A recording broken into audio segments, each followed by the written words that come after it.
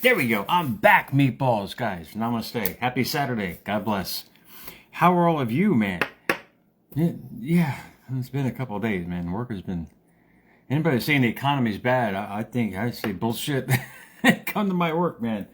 But that's a good thing. People are not letting the cost effectiveness affect their lives. They're getting out. They're doing their thing. That's awesome.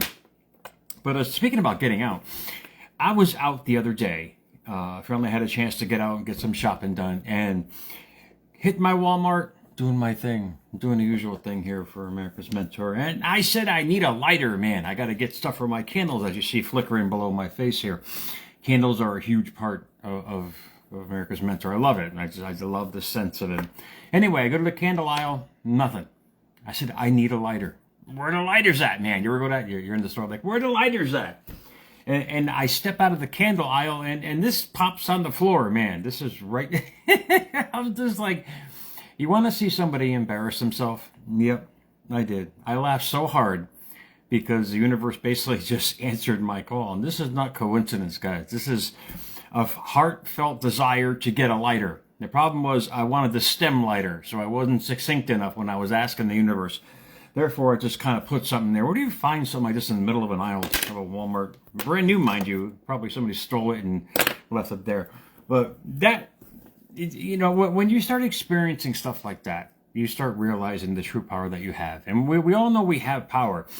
But when you start following your heart in all you do, and I spent the last day and a half on this, kind of marinating on this thought. And I'm going to go with this premise for today. And Harrison Ford, we all know him, great actor, great story behind how he became who he was. He was asked by a reporter at an award ceremony, I think a few weeks ago. They go, what's the secret of your success? He kind of rolls his eyes. He said, just be yourself. Really, literally, just be yourself. And me, the Mr. Editor, I always got to do that, man. I added in there after he said that, the rest will follow. See, the thing about when you're just being yourself and whatever you're trying to attain in life, the rest of that being that best self is going to follow. A lot of us aren't doing that because because of limitations, our thoughts, whatever it might be in life. That limitational thought is just following them. So when he says just be yourself, it may sound like a boilerplate kind of answer, but it's so true. It's so true. I mean, Harrison Ford's story, when people imagine this guy born 1942, Chicago, he wanted to be in show business, you know, per se. And that's kind of goes with the lighter thing, man. He wanted to be in show business. What did he do? He's already married by the time 1964 rolls around. He packs up his two kids, his wife, they jack over to California, and he just applies for a voiceover job. He wants to get into show business. He was very open with his desires about what he wanted to be in life. So what did he do? He failed at voiceover. He failed over at bit parts. And imagine if you guys, this is what I mean about following your heart. I think he spent the next 12 years, literally, he had to support his family. So what did he do? He trained himself how to be a carpenter. And he always wanted to be in show business, but he trained himself how to be a carpenter. And he met this scriptwriter who needed work done on his Malibu home. And that scriptwriter loved his work so much, he recommended his work to a friend, Francis Ford Coppola.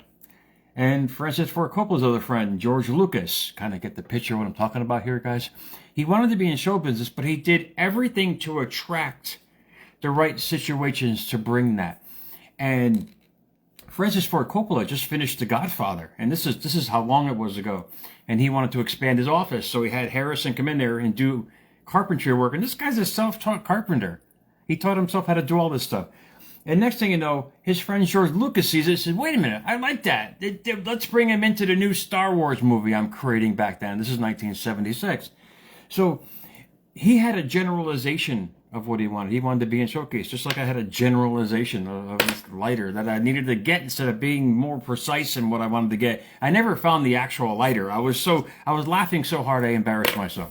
Well, which is fine. At Walmart, I don't care. But it just gives you the basic idea that if you're just being yourself, that true self, they call it holy in Scripture. Holy is not some kind of biblical thing, guys. It's just you being whole. When you follow your heart and you're whole with all you do, Everything you've always desired is going to follow you. It may take time indeed, but that's the question you got to ask yourself. Are you following your heart? Are you following what you want to have, be, and do in life? Because the rest is going to follow that, because that's what you're emitting every day. That's the great thing about the law of attraction, the law of vibration, what you constantly send out. Like I put in my reel last night, which I finally had time to do. What you constantly send out, you're constantly going to get back. Harrison didn't care. He just kept doing his work. He was getting little bit parts here. He finally got a little bit part in American Graffiti. Back then, I think in 75 or 76. But all these little bit parts ultimately led up to his iconic success.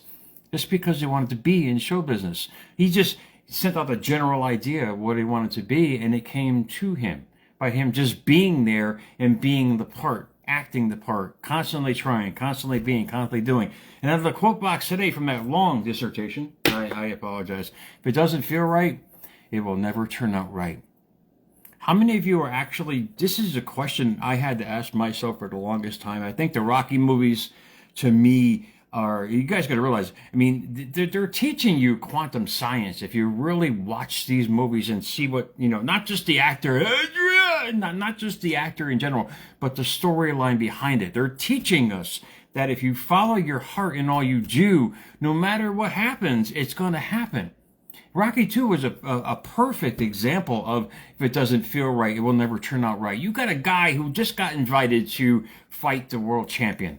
I mean, he literally almost beat this guy. It was a split decision. Literally, he was on the same premise of this guy.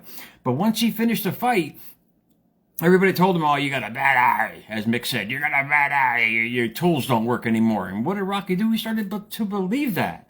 So he went and did all these weird jobs. He tried to fit in commercials, all these things in life. He retired. What did he have in his basement, though? He had a punching bag. And guess what he ended up doing? He followed his heart. No matter what everybody told him for the longest time, you cannot do it, you cannot do it. He just kept following his heart. This is not a story about persistence. He was just following what he wanted to bring to life.